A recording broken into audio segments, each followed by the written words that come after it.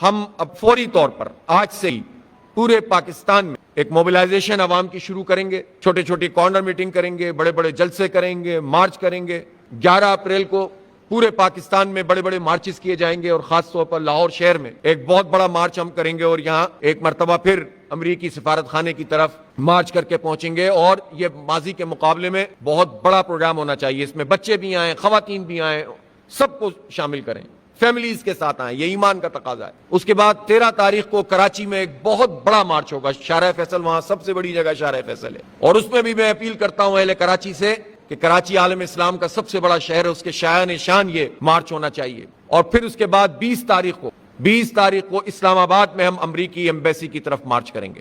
اور پورا KPK کو میں دعوت دیتا ہوں کہ وہ اپنے مارچز اور پروگرام اور کارنر میٹنگز اور جلسے وہ بھی اس حوالے سے کریں, اور اس کے بعد وہ بھرپور طریقے سے ہر علاقے سے نکل کر اسلام آباد کی طرف جائیں. اور 20 اپریل کو ایسا لگے کہ ایک سیلاب ہے اور امت کا یہ سیلاب ہے جو پوری دنیا کو یہ میسج دے گا کہ امریکہ ہماری روحوں کو خرید نہیں سکتا, یہ ڈالر کے عوض ہم بک نہیں سکتے, یہ بے غیرت مسلم حکمران ہمارے جذبوں کو سرد نہیں کر سکتے, یہ امریکی غلام ہمیں امت سے توڑ نہیں سکتے.